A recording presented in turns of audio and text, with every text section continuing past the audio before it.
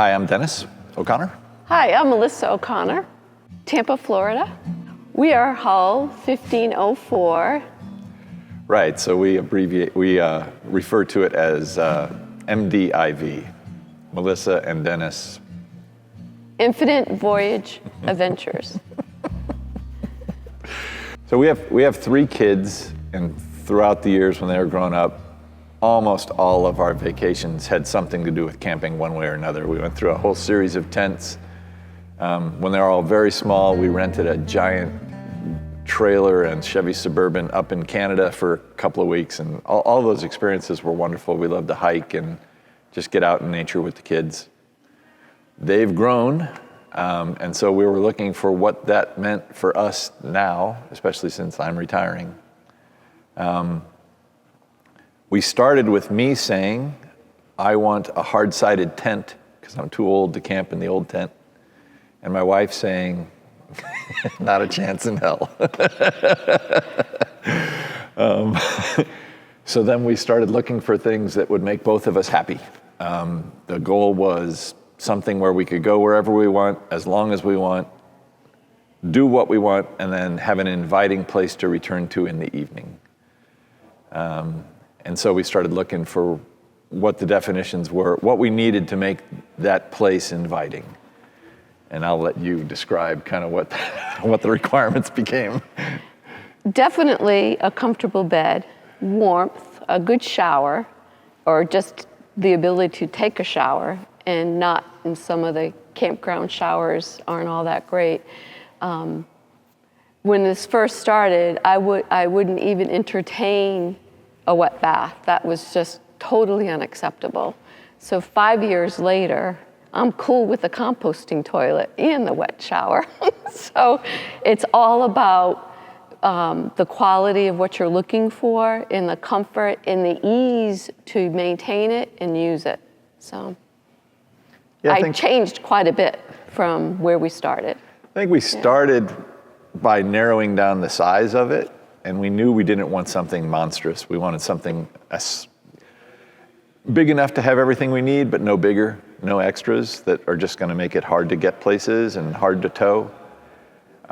So we started looking at the small to medium-sized trailers. That was our first filter, and then after that, we went to the Tampa RV show a couple of times. We went to a lot of dealerships. We met with Oliver when they came to Tampa, went through the Ollie, the smaller and the bigger one. I mean, right at the very beginning of that process, we knew for sure that the Elite was no way, because I can't stand up in it. But then when we went into the Elite 2, I was like, oh, this is great, you know? We struggled back and forth between 21 feet and 27 feet for different brands. There's all sorts of pluses and minuses to all the design decisions. This one just felt like the best fit for us. And I mean, I guess this is the point I'm trying to get to. Once we had that set of selection criteria, there wasn't any other choice. I mean, we build quality, price, materials, handling. We were almost forced to buy this thing because it was nothing else met our criteria. Just didn't. So. Oh no, there were some. We narrowed it down to 3 options. Oliver was one of those, and we picked this day. We had seen Oliver already. We picked this day, a Saturday. We were going to hit I-4 in the Tampa area and go to the 2 other dealerships. We were buying something this day, either the Oliver or the other 2. And one of them we were sitting in, we had the paperwork ready to go to sign, and I'm looking at it and I'm just thinking, wait a second, that's all wood, plywood. So I'm like, I'm not buying this. And it's a very popular brand. We left, and then we went to the other one, which was a little bit bigger than the Elite 2, and had a really nice table for a nice big area for the kitchen, and the bathroom was a little bit bigger. I was almost sold. And here they're ready to take this home with you. And I'm looking and I'm like, Dennis, I can see your feet. He's outside and I'm inside. And there was a hole in this under the kitchen sink to outside, whether a hose would be added later or they forgot to plug something. But I just thought, if this is their opportunity to showcase a trailer to us. So I said, well, we're buying the Oliver. That was it. We left and called Anita, who was our sales rep, and said, we're done. We picked the Oliver. I think there are three major inputs for that. Yeah. I mean, one is, I do think we're experienced family campers, right? We've done all that. So we had that as a background. But the two things that we spent hours and hours and hours on were, I mostly went to the Oliver group discussion. You can look us up on there. We're newbies taking the plunge. That's us in my history. So you can find me on there. And I was on there for a year. And Melissa. A year? Yeah. I think more like 2 or 3 years. Okay, so I was on there a long time. And then you went, once we selected Oliver, you went to? Right. I joined the Facebook forum. I don't know the exact name of it, Oliver Travel Trailers or something. And it showed the wealth of knowledge of current owners and the positivity with which they share and help people. That was a plus for me to buy the Oliver. And the Oliver University is so proactive in giving owners the information they need to try to fix things on their own. I don't know if other trailer companies do that, RV companies do that, but that was huge for me for a comfort level of, hey, I know we can get answers to this question. In addition to, the staff here has been overwhelmingly so supportive and patient with all our 1,001 questions for newbies. Yeah. It's great to hear everybody else's experiences with the different technologies and components and stuff like that. And lot of comfort came from that. I've seen the improvements Oliver has made on previous models. I mean, even what I consider kind of a minor improvement, but it's big, is the shower door, the door to the bathroom. And when I saw that new one, I'm like, it seems like all the changes have been positive and for the user in mind versus the company in mind. So that was a big plus for me. Every design decision has pros and cons, right? Again, if I were Magic, I would like it to weigh 2,000 pounds and be 28 feet long, with a wet bath and room for... A dry bath. A dry bath with room for 8 people to sleep, right? But I'm not Magic. So we made the plus minus decision on each one of these design decisions that matches our current needs. Frankly, if I were 3 inches shorter, we might have chosen the Elite One, right? If we were 20 years younger, maybe, at least it would have been in the conversation. If we were 20 years younger, we definitely wouldn't have bought either of these because we had 3 kids. Right. There's no way we can use this. My brother actually has gone on your factory tour, and he disqualified it because he's got 2 big dogs, and he and his wife can't fit in it, essentially. So this is not a trailer for everybody. It's for a specific way of traveling, and the benefits far outweigh the negatives for us. My normal example when I'm explaining it to friends is, I don't care that the wet bath isn't perfect. I want something that will get me to Zion National Park for as long as I want, comfortably, and I'll put up with a slightly smaller bath to get that. And that's how I think we made the decisions on each of the different features. And once you've gone through that process, then you just say, okay, I want that feature to be as high as quality as possible. And that's what kept dragging us back to this one every single time. You can get these exact features from other brands.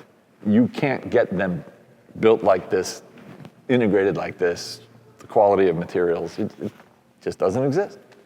We love to visit national parks, state parks, but we like to go off the beaten path. We like to take that extra hike where no one else is, or you see 1 or 2 people. We've done this, that's how we've done everything since we've been married, I guess, with the kids. and we exhaust ourselves on hikes. And it's nice to come back to the comfort of the Oliver with the mattresses and having the shower and having food accessible, warm food. That was appealing to us. With the trailer now, I see us doing that, well, in time that Dennis is retiring, I see us being able to do that a lot more, and get into places with a smaller size trailer that we couldn't with something larger. And I can't wait to do that. I can't wait to go find that perfect spot on the coast of Washington State, and you just look out and see Victoria, Canada in the distance, and I can't wait to do that.